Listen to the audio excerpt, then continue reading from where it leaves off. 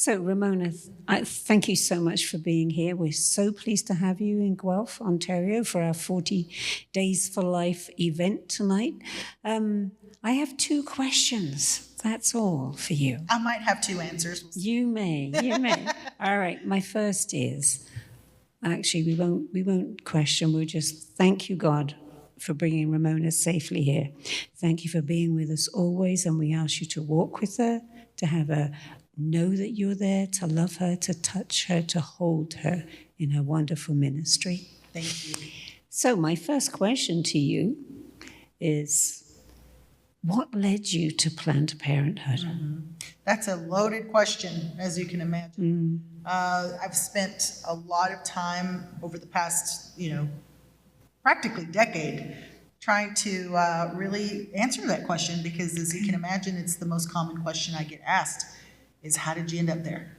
And it's cost me a little bit to kind of peel back the layers, if you will, trying to figure out and dissect, like, how did I end up at Planned Parenthood? And I don't think there's any really just a simple answer, but I think if I could, sum it up very easily, it would be lack of knowledge, not knowing who Planned Parenthood is, what the organization is all about, not knowing the history of Planned Parenthood, which we find that a lot of people don't know.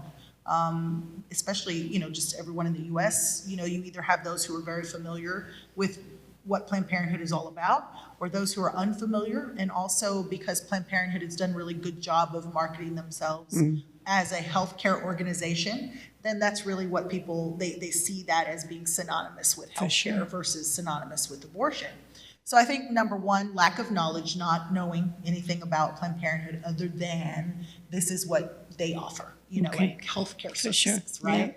Yeah. So that's one. But the other thing too is what I've realized, and I try to explain to people, is that Satan has a way of capitalizing on our trauma. And I realized, looking back, that I had a lot of trauma. Not just from my childhood. I grew up with alcoholism in my home, but I was also a teen mom. So I was pregnant at 16 and was in a very abusive relationship with the father of my daughter for 8 years. And so that, when I finally found the courage to leave that relationship and face my life as a single mother, I didn't deal with the trauma that I had been through, and so I suppressed all of that. And I realized that's really how Satan found his way in. Sure. Because when I accepted this position working for Planned Parenthood, I thought I was going to help prevent women from going through what I had gone through. And then that wasn't the case, right? So that's really the sneaky way that the enemy works in us, is I hadn't allowed God to heal any of that. And so I went into it very misguided, which I think oftentimes happens in a lot of cases, especially when you working with other coworkers who you recognize also are struggling in their personal lives, right? But also the other thing is, we didn't do abortions under our roof. So we were part of the affiliate in which abortions happened, but they happened at 2 different locations. So we were the referral center. Okay, your arm's length. Exactly. And so that allowed me to do the mental gymnastics that was necessary to say, oh, well, this isn't happening here. It's happening over there. And we're kind of the part of the Planned Parenthood that's trying to prevent abortions. Right. And then you realize, no, actually, we're kind of creating the market for abortions. So that's kind of the brief summary. Yeah, I think it amazes me, though. I think all of us can look back at our lives and not understand how the hurt that we have makes us make the decisions we would never make if we hadn't been operating under that dreadful trauma of one thing or another, whether it be something as difficult as you've just mentioned, or not quite. But it does amaze me sometimes how sometimes God just picks you and you finally see that wasn't me. It was me wounded, right? Yeah. So the wounded version of myself. Yeah. And we see the same thing with the women and the young ladies who are going in for abortions. Sure. You know that something has led them to that. They didn't just wake up one day and say, this is what I want, right? They're in a crisis. And then you have to take a step back and you have to look at it from a place of mercy and saying, this young woman is going through something. Yeah. Because this just isn't a natural choice that women make. No, it isn't. It isn't. I know that we've done a study here, and I'm not certain about the figures for the US, but 60% of the women undergoing abortions in Canada are coerced or forced by boyfriends mostly. And apparently our boyfriends are more stringent about having their women abort their babies than the American guys. But okay, so how long were you part of that? 3 years. Oh, okay. 3 years. When I think about it, it's a short amount of time compared to others, but it's also 3 years too long, especially when you come to terms and the realization that you've been complicit in the deaths of innocent babies. And for those 3 years, I tried to do everything I could to convince myself that I wasn't complicit in that, and that was a choice that was being made by women who were doing it somewhere else. Yeah. But you know what? I mean, I know I wouldn't preach to you, but God forgives everything if we're on our knees and we're begging him and we're sorry, right? Yep. So what was it that touched you to make you think you need to get out of this? God. Who was it? Wrong question. Yeah. God, yes, Okay.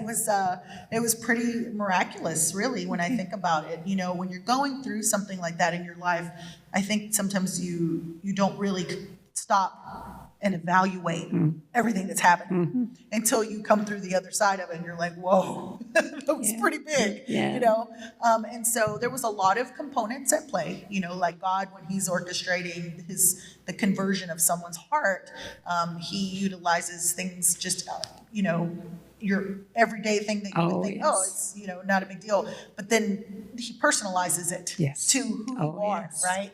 And so for me, it was very personalized. And it was actually first through stumbling upon Catholic radio that God first kind of found his way in, planted some seeds. And then it was through the Using 40 Days for Life campaign. So 40 Days for Life, and it was actually through Catholic radio that I heard the advertisement that 40 Days for Life was going to have a vigil outside of my former workplace.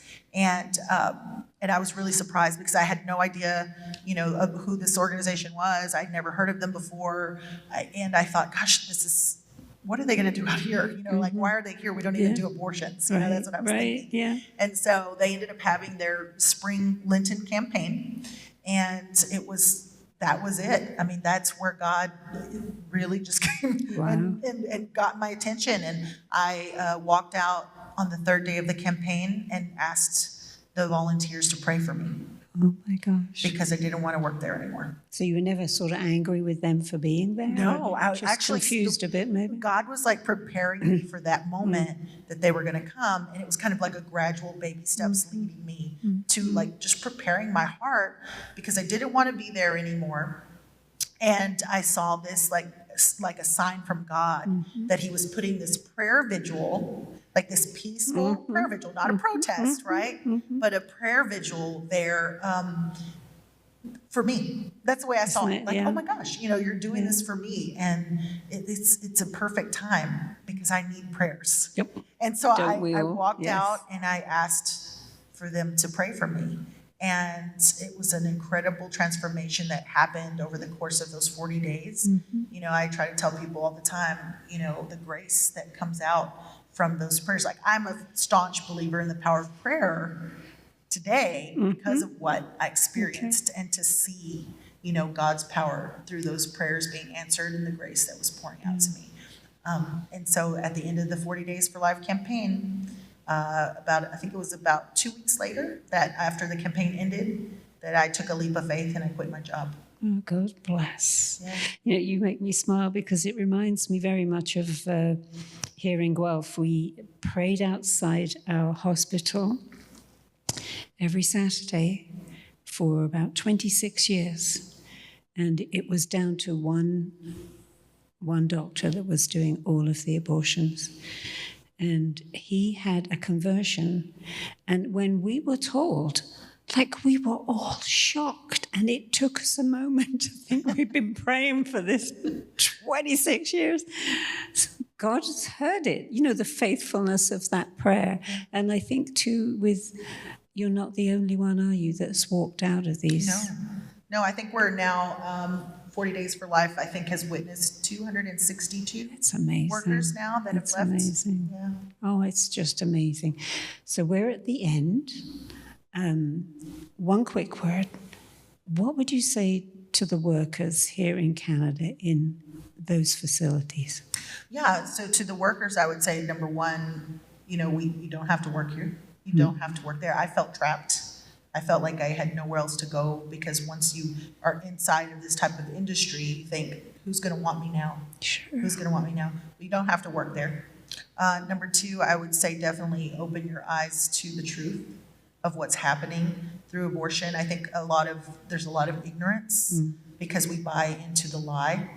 And so I think just researching, listening to the other side, opening your mind and your heart to the counter argument of choice, right? Of abortion. I think that's one thing, to educate yourself, because it's easy to fall into a lie, into a trap, For sure. when you don't have the knowledge. Yeah. So that, I think, is important too. And then thirdly, know that when people are out there praying for you, praying for you into abortion, they're also praying for the workers, for their own conversion. And I don't know where I'd be today without those folks who literally loved me and prayed me out of the abortion industry. Wow. We are so glad they did, and we're so pleased to have had you here this evening. And may God bless every word that comes from your mouth. Thank you. Take care.